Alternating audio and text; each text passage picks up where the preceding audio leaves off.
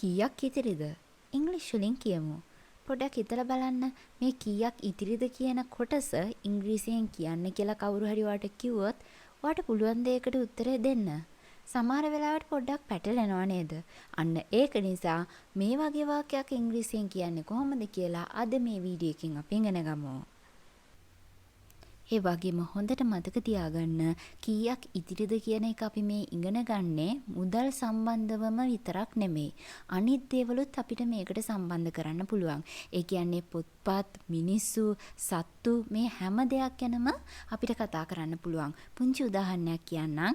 ගම් වතුරට ඔයාගේ තිබ්බ පොත් සේරම ගහගෙන ගිහිල්ලා කවුරු හරි අහනවා තව පොත් කීයක් ඉතිරිද කියලා. අන්න එතනදිත් අපිට මේ කීයක් ඉතිරිද කියන යෙදුම ඉංග්‍රීසියෙන් පාවිච්චි කරන්න පුළුවන්. ඒ වගේම ඔයාගේ ක්ලාස් රූම් එකේ ළමයි අසනීප වෙලා ටික දෙනයි අද ඇවිල්ලා තියෙන්නේ. අන්න එතනදී තව කවුරු හරි ඔයාගෙන් අහනවා කීයක් ඉතිරිද කියලා. ඒ කියන්නේ ළමයි කී දෙනෙක් ඉන්නවද කියලා අහනවා. එතනදිත් ඔයාලට මේ කීයක් ඉතිරිද කියන යෙදුම ඉංග්‍රීසියෙන් පාවිච්චි කරන්න සිද්ධ වෙනවා. මෙන්න මේ වගේ හැම අවස්ථාවකම කීයක් ඉතිරිද කියන අර්ථය අපිට ඉස්මතු කරන්න පුළුවන් how many left කියන ඉංග්‍රීසි යෙදුම පාවිච්චි කරලා. දැන් මම මෙහෙම කියපු ගමන් ඔයාලා හිතයි how many left කියලා පාවිච්චි කරනවද how many are left කියලා පාවිච්චි කරනවද කියලා. ඒකට හේතුව තමයි දැන් grammar විදිහට අපි බැලුවොත් how many are left කියන එක නිවැරදි. මොකද how many කියන කොටස අපි පාවිච්චි කරන්නේ ගණන් කළ හැකි දේවල් සඳහා. ඒ කියන්නේ countable things සඳහා.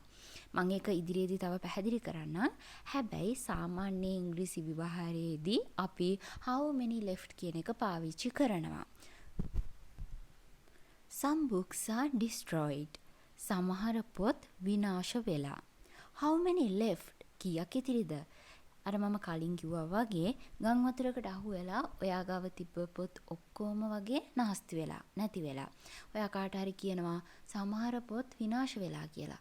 එතකොට ඒ පුත්කලයා අහනවා කීයක් ඉතිරිද එහෙනම් කියලා. How many left කියලා එයාට අහන්න සිද්ධ වෙනවා. They have sold all of them. ඒගොල්ලෝ ඒව ඔක්කොම විකුණලා ඉවරයි. How many left? කීයක් ඉතිරිද? හිතන්න කාගාව හරි තියෙනවා ගොඩක් වටින ජුවලරි. ඔයා එතනට යනවා ඒ ජුවලරි ටික මිලදී ගන්න. හැබැයි ඒ අද්දි එතන තිබ්බ හැම ජුවලරි එකක්ම විකුණලා ඉවරයි. ඔයා එතනදි කියනවා කාට හරි they have sold all of them. ඒගොල්ලෝ හැම දෙම විකුණලා ඉවරයි. ඒ පුත්කලයා අහනවා කීයක් ඉතිරිද? How many left? කීයක්වත් නැති වෙන්න පුළුවන්. හැබැයි කවුරු හරි අහනවා නම් කීයක් ඉතිරිද කියලා how many left කියලා පාවිච්චි කරන්න සිද්ධ වෙනවා ඒ පුත්කලයාට ඒක අහද්දි. අන්තිම උදාහරණය. We have already donated our new dress. අපි දැනටමත් අපේ අලුත් ඇඳුම donate කරලා ඒ කියන්නේ දන් දීලා ඉවරයි. How many left? කීයක් ඉතිරිද? දැන් බලන්න මේ හැම අවස්ථාවකම කීයක් ඉදිරිද කියලා අපිට අහන්න ඕනේ වෙද්දි how many left කියලා පාවිච්චි කරන්න පුළුවන් කිසිම වර්ග ભેදයක් නැතුව. ඒ කියන්නේ මුදල්, ද්‍රව්‍ය, මිනිස්සු හැමදේම වෙනුවෙන්. දැන් අපි චුට්ටක් බලමු ඇයි අර මම මුලින් how many are left කියලා කියන්න පුළුවන් කියලා කිව්වේ කියන එක ගැන. හොඳට බලන්නකෝ මේ පුංචි උදාහරණ තුන. How many books are here? How many dogs are there? How many students are here in this class?